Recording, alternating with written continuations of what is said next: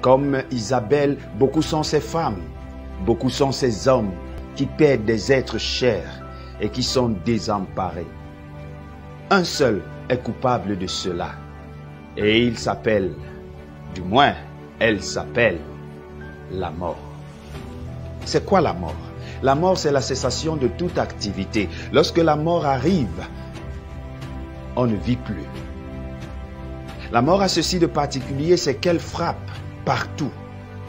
Que vous soyez grand, que vous soyez petit, que vous soyez riche, que vous soyez pauvre, que vous soyez gentil, que vous soyez méchant, la mort frappe.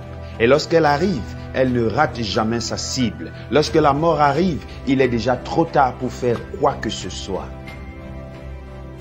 La mort, c'est le pire ennemi de l'homme. Et c'est le dernier ennemi que nous devrons vaincre.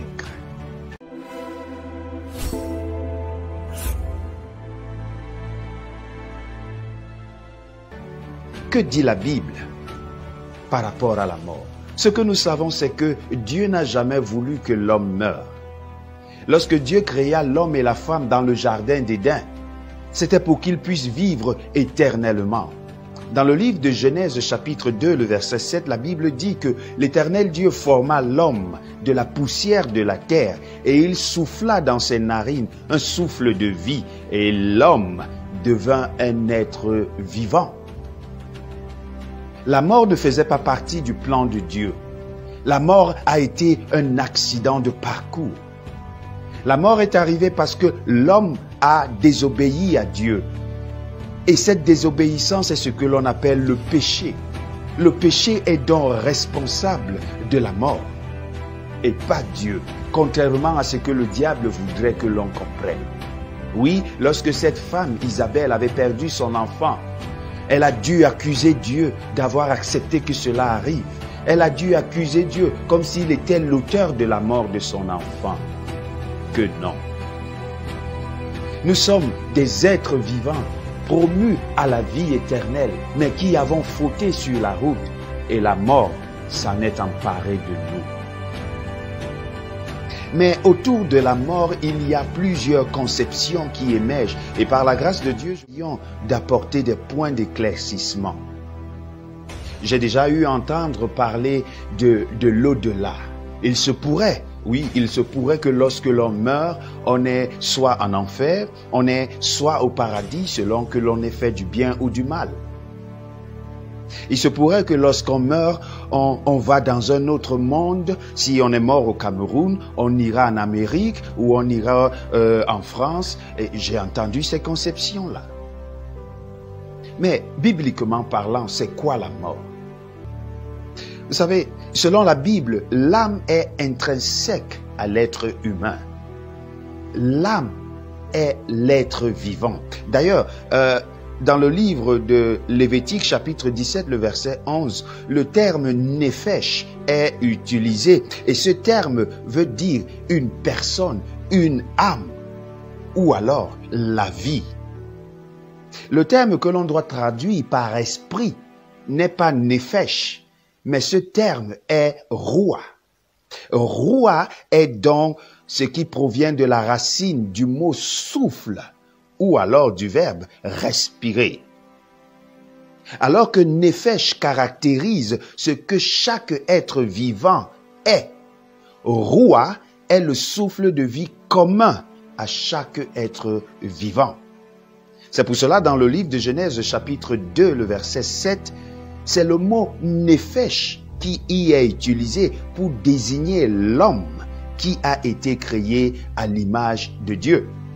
D'ailleurs, nous verrons dans le livre d'Ézéchiel chapitre 18, le verset 4, que c'est l'âme qui pêche qui mourra. Ça veut dire que c'est l'homme qui pêche, qui meurt.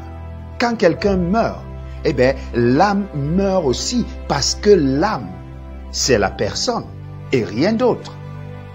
La Bible n'affirme nulle part que l'âme soit quelque chose qui habite dans le corps et qui est distincte de l'homme.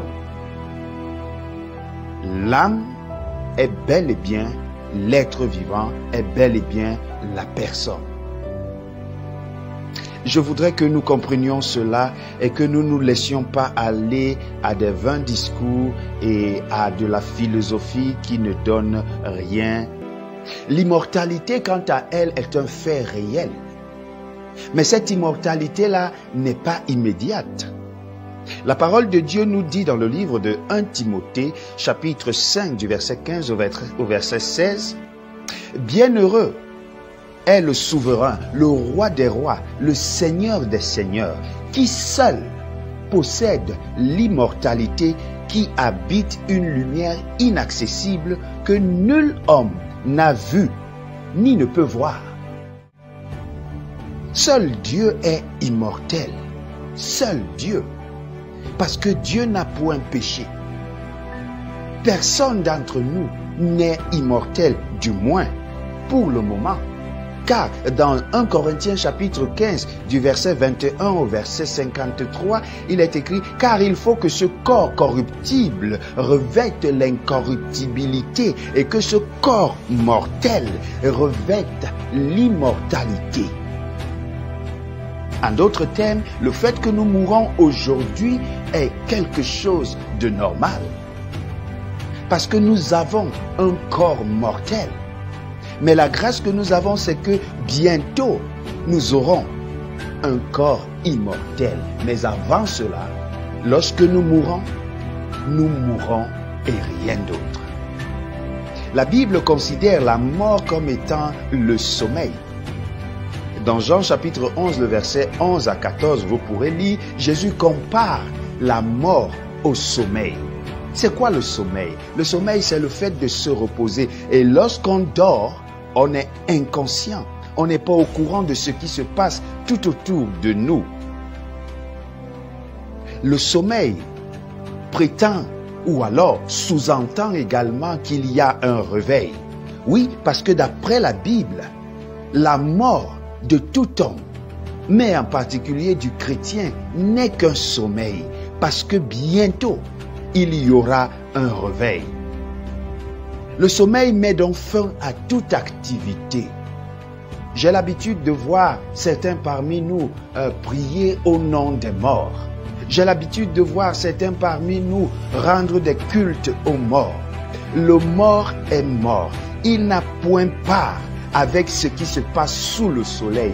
Il ne sait pas ce que nous faisons de bien ou alors ce que nous faisons de mal. Les morts ont finalisé leur activité sur terre.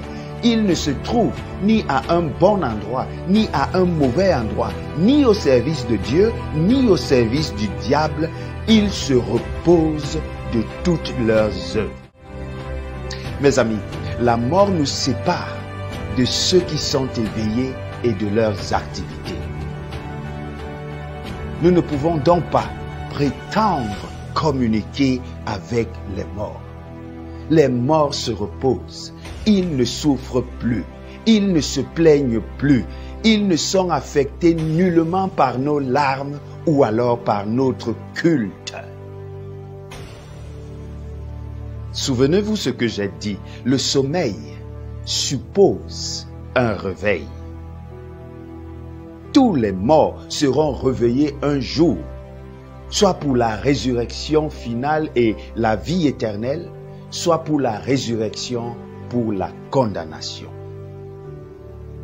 Mais avant cela, nous sommes dans un sommeil profond et il n'y a pas de contact du tout avec les vivants.